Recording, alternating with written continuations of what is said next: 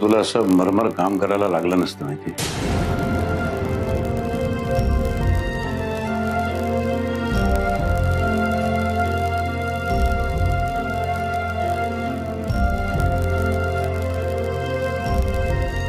बाबा काही काय बोलता तुम्ही. उलट एका बापाने आपल्या मुलीसाठी जे जे करावं ते सगळं केलं तुम्ही माझ्यासाठी. उलट मी म्हणेन त्यापेक्षा जास्त केलंय. पण कधीतरी मला माझ्या आयुष्याची सूत्र हातात घ्यावी लागणारच होती की नाही. खरं तर बाबा तुम्ही माझ्यासाठी इतकं केलंय की मी आयुष्यभर काही केलं नाही ना तरी कशाचीच कमी नाही पडणार मला. फक्त जसं तुम्ही माझ्यासाठी केलं तसं मी शुभ्रासाठी करते इतकंच. हेच सगळं जर तिच्या वडिलांनी केलं असतं तर कदाचित त्याचा फोन वगैरे तर आला नव्हता ना.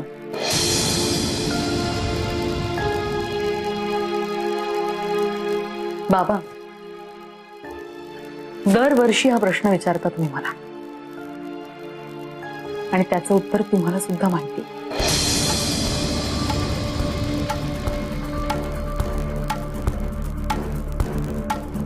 जगाच्या पाठीवर मी कुठे आहे याची साधी कल्पना सुद्धा नाही त्यांना. त्यांना वाटत असलं तरी जाऊ दे ना, जाऊ दे. या विषयावर चर्चा पण नको आता. मी आलेच शुभ्राला घेऊन येते. हा आता तिची समजूत काढणं फार मोठं काम आहे तुझ्या पुढचं. किंवा ती झोपली असेल ना तर तिला उठवू नको, तशीच घेऊन ये. मी इतकी अड्डी कधीच नव्हते ना बाबा. नाही कधीच नव्हतीस. कंप्लीट बापावर गेली या बाबतीत.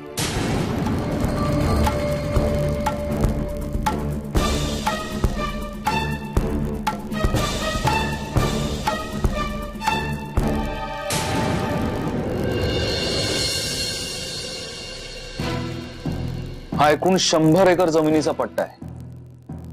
या इथून कालवा जाणार आहे तशी माहिती बांधकाम विभागातून मिळाली. मुख्यमंत्र्यांची सही सुद्धा झाली आणि एनी टाइम डिक्लेअर होईल. त्याआधीच आपण हा पट्टा मिळवला पाहिजे.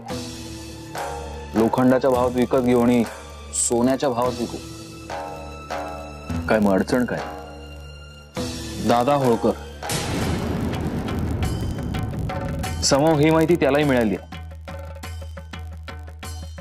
सर्वात आधी त्याचा अडसर दूर करायचा आहे आणि मगच हे बघ व्यंग. म्हणजे फार नडानडी होणार असेल तर जाऊ दे. नको आपल्याला जमिनीचा पट्टा. आय मीन एका डील वाचून काय अडत नाही आपला. काय मला उगीच पुन्हा त्या घाणीत दगड टाकायचा नाही. सत्यजित हे तू बोलतोयस? दादाला घाबरून आपण उगाच. हे बघ सावधगिरीला घाबरटपणा म्हणत नाहीत, कळलं? उगीच माजलेल्या बैलाला अंगावर घेण्यात काय पॉइंट आहे? त्याला त्याची वाट तुडवू दे, आपण आपल्या वाटेने जाऊ. पण सत्यजित व्यंग खूप झालं रे. खूप झाल्या मारामाऱ्या. खून पण पाडला, त्याची शिक्षा पण भोगली.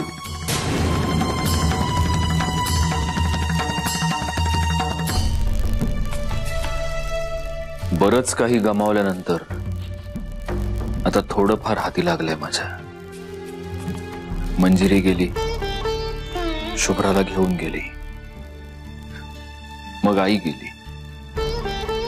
आता बाबा चला ना. ओ आलो आलो आलो आलो. जा तू जा पटकन बेडवर जाऊन पट. मी आलो. जा लवकर या. हो येणार. गुड नाईट व्यंग काका. लांबूनच. एक मिनिट. बाबा लवकर चला. हो आलो आलो. जा तिला झोपव जाऊन बेडवर. जा.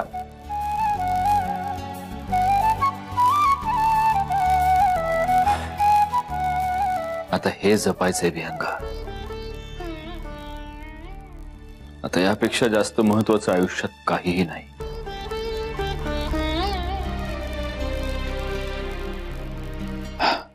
ठीक आहे, मी बघतो काय करायचं. पण एक आहे सत्य, जे शालिनी मावशीला जमलं नाही, मंजिरी वहिनींनाही जमलं नाही, ते आर्याने केलंय. एक राडेबाज सत्यजित मुधोळकर आता जवळजवळ संत सत्यजित झालाय. देवाला हेच हवं होतं बहुतेक, म्हणून त्यावेळी जे झालं ते झालं.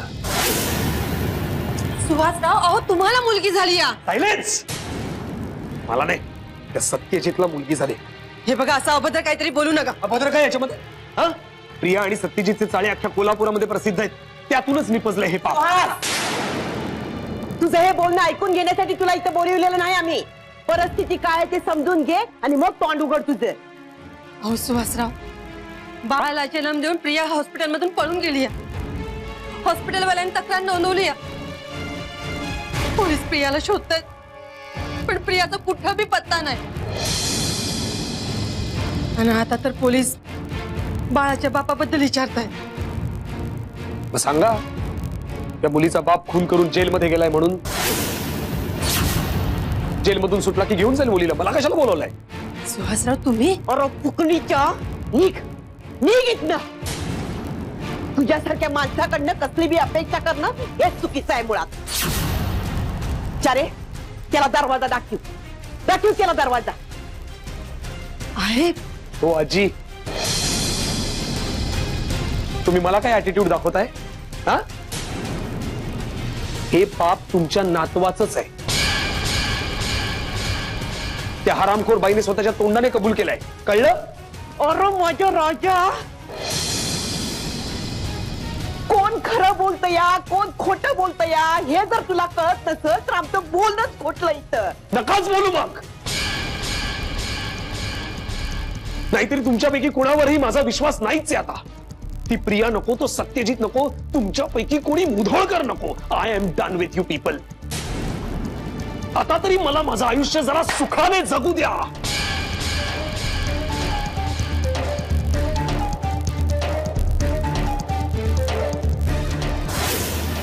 त्यानंतर एक दिवशी मला वॉर्डनने येऊन सांगितलं की मला भेटायला कोणीतरी आलंय.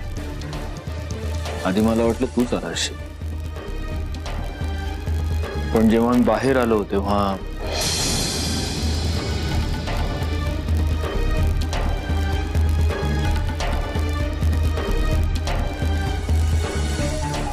तू इथे येशील असं वाटलं नव्हतं. खरं तर तुझ्या मैतावर पण थुंकण्याची इच्छा नाहीच आहे माझी. पण ज्या माणसाने माझं आयुष्य बर्बाद केलं त्याच्या एक मुस्कटात मारण्याचा तर हक्क आहेच मला. घे मार. अशी नाही, हे घे. काय आहे? बर्थ सर्टिफिकेट आहे तुझ्या मुलीचं. शुभ्राचं बर्थ सर्टिफिकेट? शुभ्राचं नाही रे, त्या हरामखोर बाईच्या पोटात जे मूल जन्माला घातलंस त्या मुलीचं बर्थ सर्टिफिकेट आहे ते. मला कळेल असं बोलशील का सुहास? काय पण साळसूतपणाचा आव आणतोय. तुझ्या आणि प्रियाच्या मुलीचं बर्थ सर्टिफिकेट आहे ते. जे प्रियाला मुलगी.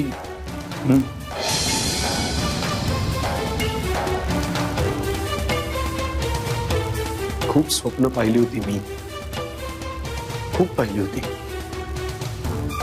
त्यातलं एक हे सुद्धा हक्क, मला एक मुलगी असेल, तिच्या नुसत्या असल्याने माझं आयुष्य उजळून निघेल. उजळून नाही, पण तुम्ही दोघांनी उधळून टाकलं माझं आयुष्य. आर्या नाव पण ठरवलं होतं मी तिचं. तेच नाव दिलंय मी तिला.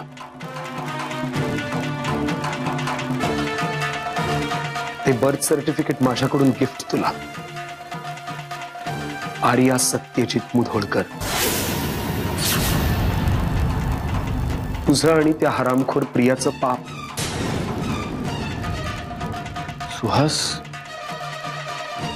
सुहास, अरे ही तुझीच मुलगी आहे.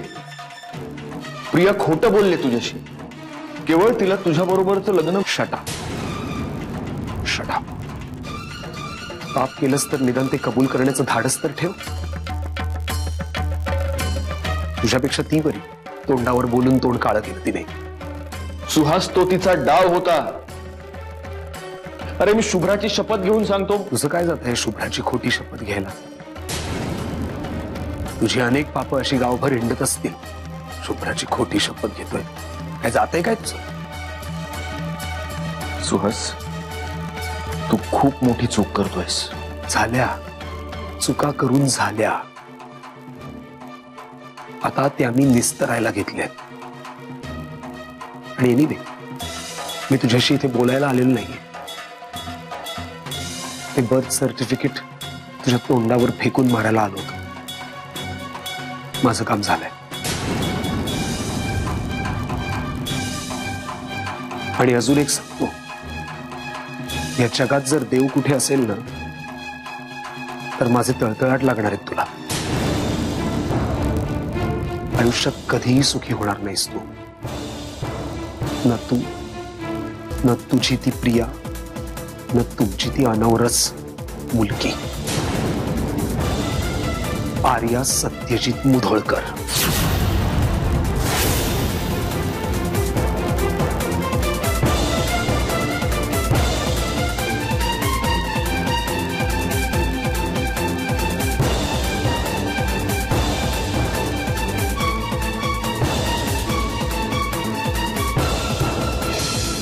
आयुष्यात इतके टोणपे टक्के खाल्ले, पण जीव द्यायचा विचार कधी मनात सुद्धा आला नव्हता. पण ती एक स्टेज अशी होती जेव्हा मी सिरियसली आत्महत्येचा विचार करत होतो. जगण्याचा कंटाळा आला होता मला. आईच्या जाण्यानं पुरता खचून गेलो होतो मी. आणि त्यातच तू येऊन सांगितलंस की मंजिरी शुभ्राला घेऊन कोल्हापूर सोडून निघून गेली. कुठे गेली काहीच माहित नाही. जेलमध्ये मी अशा काही माणसांना ओळखत होतो जी सतत जेल तोडून पळून जाण्याच्या विचारामध्ये गर्क असायची.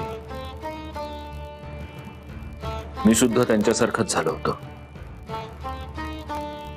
डोक्यात एकच विचार असायचा, जेल तोडून मुक्त होण्याचा. आयुष्याचं जेल. मरण हवं असं वाटायला लागलं होतं मला. नैराश्याच्या अगदी शेवटच्या पायरीवर मी उभा होतो. एक पाऊल पुढे आणि मरणाची खोल दरी. आणि अशातच एक दिवशी आजी मला भेटायला आली. पण येताना एकटी नाही आली. ह्या जीवाला जन्म दिल्यानंतर काही तासातच परागंदा झाली हॉस्पिटलमधून. चांडाळी कोणची.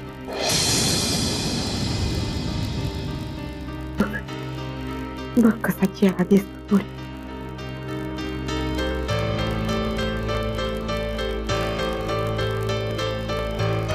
या बिचारीला तिच्या हक्काचं दूध बी नाही पाजलं बघ. पोलिसांनी लय शोधण्याचा प्रयत्न केला, पण सापडते कसं त्या उद्याचा. देव तिला कधीच माफी नाही करणार, कधीच नाही. एवढ्या उलट्या काळजाची निघल असं वाटलंच नव्हतं बघ.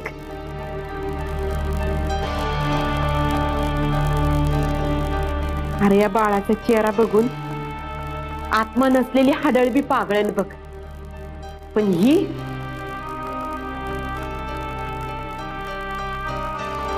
माणसाच्या जातीला काळी महाय मेली.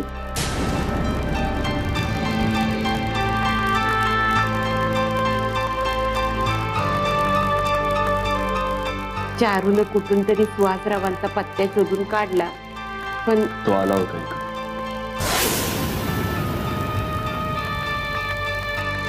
त्याला असंच वाटतंय की ही माझी मुलगी आहे.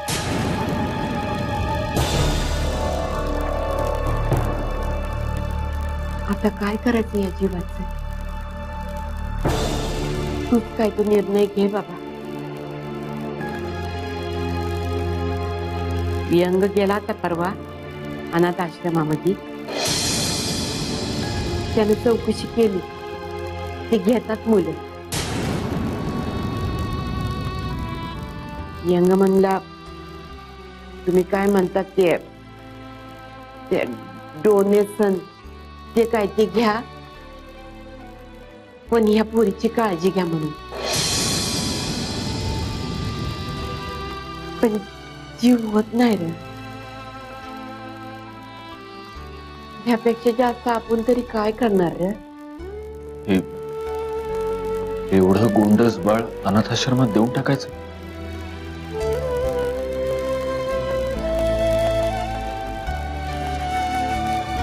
तुला पटतं हे आजी? हेच ना. अरे जीव होत नाही रे. पण नाही, ही अनाथाश्रमात जाणार नाही.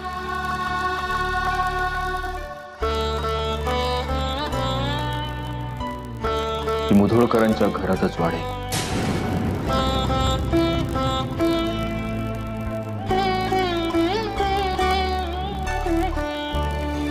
मुधोळकरांची लेक म्हणून वाढेल. नाहीतरी त्या सुहासनं डोक्यात राख घालून घेऊन तिचं हेच नाव रजिस्टर केलंय. आता तिचं तेच नाव राहू दे. आर्या सत्यजित मुधोळकर.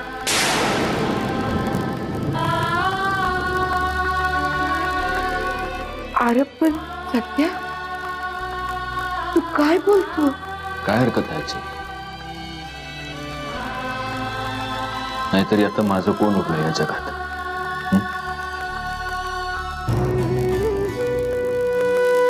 रक्ताची पोर कायद्यानं तोडून घेतली माझ्यापासून.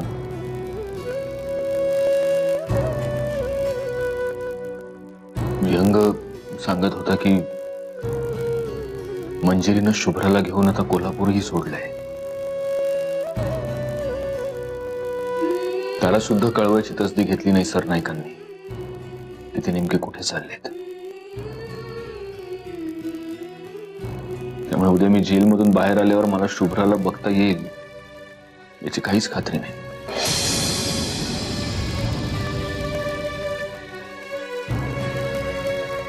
त्यानं हा जो अन्याय केला ना माझ्यावर,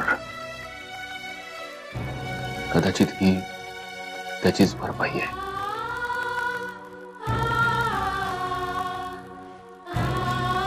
तिचं या जगात कोणी नाही, माझाही कोणी नाही.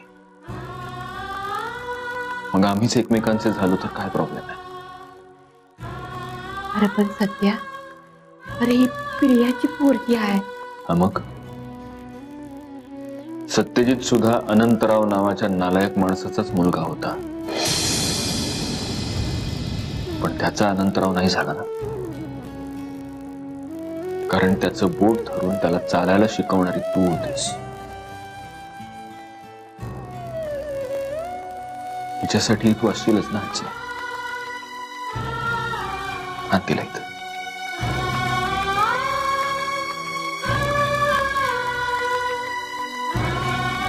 बोल बच्चू. कोण आहे? बाबा आहे?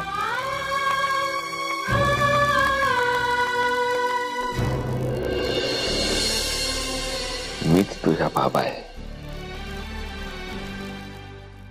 लिंबाची फोड आणि आंब्याची काप. तू माझी लेक आणि मी तुझा बाप.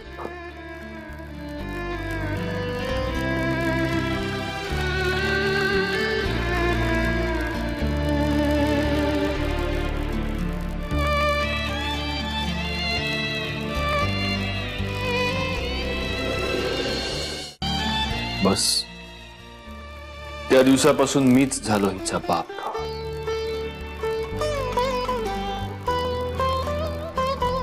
व्यंग गेली 7 वर्ष एक काचेचं भांड घेऊन फिरतोय मी माझ्या तळहातावर, आणि त्या भांड्यामध्ये जीव ठेवलाय मी माझा. आता जर हिला काही झालं ना बाबा तुम्ही आता आतमध्ये नाही आलात ना तर मी तुम्हाला मारीन. Sorry sorry sorry sorry sorry sorry. अगं मी येतच होतो झोपायला आतमध्ये, तेवढ्यात हा विहंग काका काहीतरी स्टोऱ्या सांगत बसला, त्याला मार बघू. नाही मी वियांकाला नाही मारू शकत. डार्लिंग येतो माझा. यस. आर्या, हा शब्द कोणी शिकवला तुला? सत्यजित कमॉन. तिच्यासाठी डार्लिंग म्हणजे आवडता. झालं, तू सुद्धा टिपिकल बापासारखा वागायला लागलास ना. माझी काय विषय द्यायच्या समोर. तुम्ही काय बोलतात मला कळतच नाही. वियांका तू उद्या ये बाबांना गोष्ट सांगायला. आता मला झोपायचंय. ओके चल, गुड नाईट, उद्या भेटू. बाय.